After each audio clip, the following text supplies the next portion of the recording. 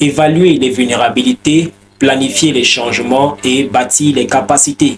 Tel est donc le processus à 3 niveaux que vous propose cette seconde édition d'Educadix Campus afin de permettre aux organisations humanitaires de construire la croissance et de renforcer la notoriété tant recherchée.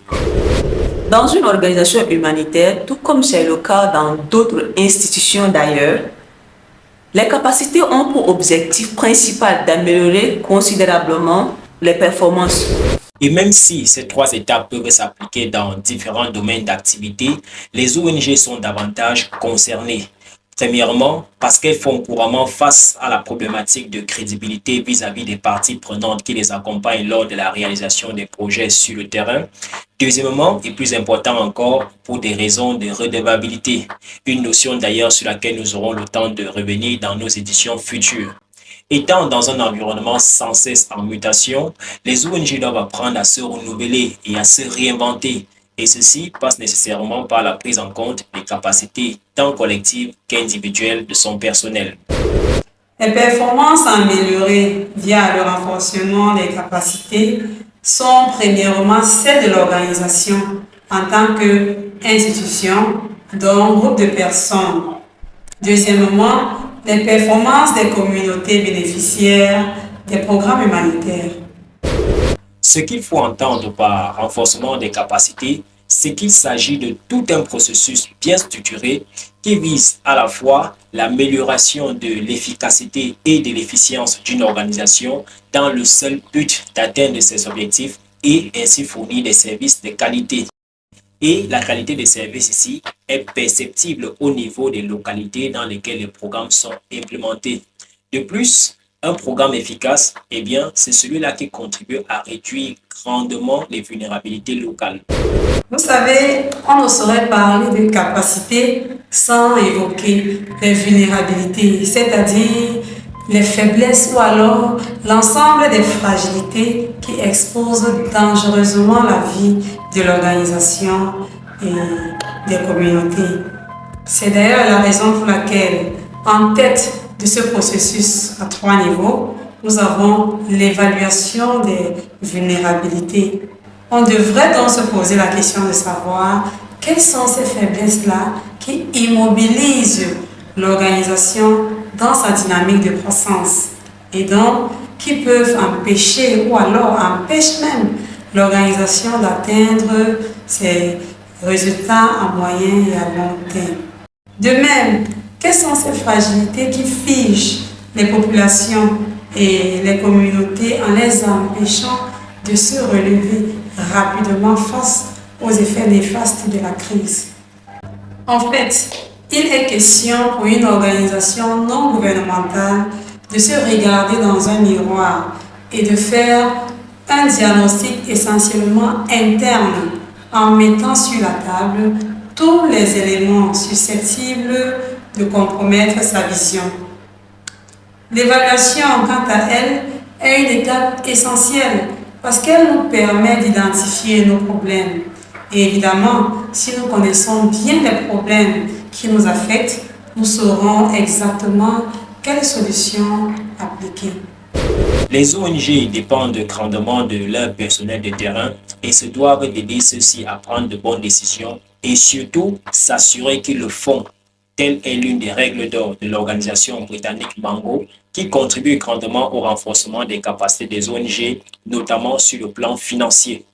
Le diagnostic interne est donc primordial, voire vital, et il devra se focaliser sur le personnel parce que à côté de vos ressources financières, à côté de votre logistique extraordinaire et même à côté de votre code de conduite et de bonne moralité, votre principal atout, c'est le personnel.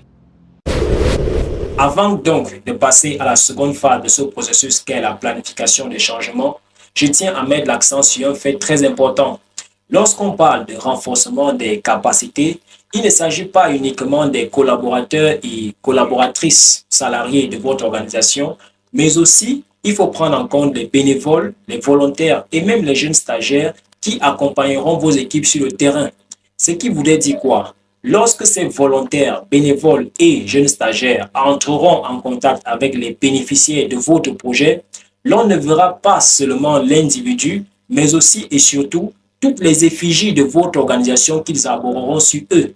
Ce qui voudrait dire quoi pour terminer? Si vous ne prenez pas en compte le renforcement de leurs capacités à eux également, autant leurs réussites sur le terrain seront attribuées à votre organisation, mais malheureusement leurs échecs aussi.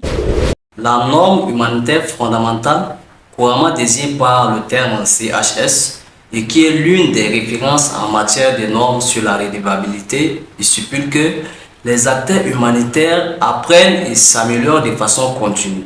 Ici, il est question d'inclure au sein du travail organisationnel une véritable culture d'apprentissage et d'amélioration permanente, car c'est cela qui contribue à atteindre les objectifs de qualité et de performance.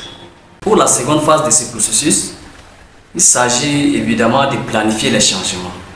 Et planifier les changements, c'est quoi? C'est se demander quel impact voulons-nous provoquer, autant au niveau des institutions qu'au niveau des communautés. Et ce n'est qu'à partir de ces réponses qu'on saura exactement quel type de capacités sont nécessaires tant pour le présent que pour le futur. L'élément non négligeable ici et qu'il faut bien prendre en considération est que le renforcement des capacités a un coût financier parfois assez élevé. Ce qui peut donc quelquefois rebuter certaines institutions dans cette approche de renforcement des capacités de leur personnel. Cependant, certaines astuces largement recommandées dans la norme humanitaire fondamentale peuvent aider les organisations à réduire considérablement ces coûts. Comme astuce, premièrement, en utilisant l'apprentissage dérivé des expériences précédentes lors de la conception des programmes humanitaires. Deuxièmement, en mettant en place des mécanismes internes permettant d'enregistrer et de partager au sein de l'organisation les expériences, les leçons et les savoir-faire accumulés. Troisièmement, en contribuant à l'apprentissage et à l'innovation de la réponse humanitaire à l'échelle de votre cluster.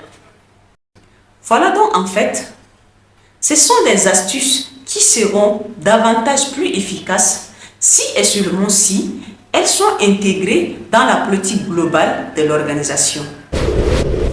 Permettre au personnel de s'améliorer nécessite donc un investissement financier. Cependant, rien ne contraint une organisation à s'engager dans de tels investissements, car en matière de renforcement des capacités, le personnel lui-même en est le principal responsable. Et pour vous aider dans ce sens, vous avez la possibilité de participer aux différentes sessions de formation et séminaires organisés ici et là dans vos différentes localités par des cabinets professionnels, dans des écoles de formation telles que l'Institut Bioforce à Dakar au Sénégal, l'Académie de l'excellence à Douala au Cameroun et même dans les universités où vous trouverez des formations spécialisées. En fait, il s'agit d'une volonté et d'un engagement individuel d'abord, car si pour une raison ou pour une autre, votre organisation ne veut pas ou ne peut pas prendre en charge de tels coûts, vous devez vous y engager vous-même, étant donné que lorsque ces nouvelles compétences seront acquises, eh bien, vous serez libre de les valoriser en tout lieu. En ce qui me concerne, acquérir des capacités en sécurité et secourisme d'urgence a été pour moi une valeur ajoutée. Étant dans le monde humanitaire depuis plusieurs années, notamment dans l'éducation et la protection de l'enfance, cette compétence me met davantage en confiance dans mon travail au quotidien. Étant donné que je peux aisément intervenir efficacement au cas où je suis témoin d'un malaise ou encore d'un incident touchant l'un des enfants que j'encadre, tant dans ma vie professionnelle que dans ma propre vie de famille. À mon avis, cette aptitude, par exemple, à pratiquer un massage cardiaque pour tester le pouls d'une personne, bref, cet ensemble de gestes si simples peut aider à sauver les vies des personnes autour de nous, car c'est une compétence que toute personne peut acquérir aujourd'hui, qu'elle soit du domaine humanitaire ou pas. En 2022, le renforcement des capacités a été pour moi une nécessité. Ayant mené des activités en lien avec les enquêtes sur les projets avec certaines ONG à N'Djamena au Tchad, j'ai ressenti certaines insuffisances, notamment sur l'usage de certains outils de terrain. Et il me fallait absolument combler ces insuffisances. Surtout que je ne pouvais pas compter sur l'organisation pour m'accompagner dans cette démarche. Alors, étant arrivé en fin de contrat, j'ai entrepris d'aller au Cameroun où j'ai davantage renforcé mes capacités tant sur la planification, le suivi, la coordination des projets humanitaires que dans la manipulation des outils numériques de terrain. Ce qui, selon moi, est réellement fondamental. Ayant acquis toutes ces compétences aujourd'hui, je me sens plus en confiance dans mon travail, dans l'atteinte de mes objectifs de carrière, dans cet environnement humanitaire que je trouve de plus en plus passionnant. C'est donc par ce merveilleux témoignage que nous tirons le rideau sur cette deuxième édition d'Educalix Campus, tout en vous remerciant d'être encore plus nombreux à vous abonner et à nous suivre sur cette chaîne qui grandit davantage grâce à vous. D'ici là, nous vous souhaitons tout le meilleur dans votre processus de renforcement des capacités et à très bientôt pour la prochaine édition.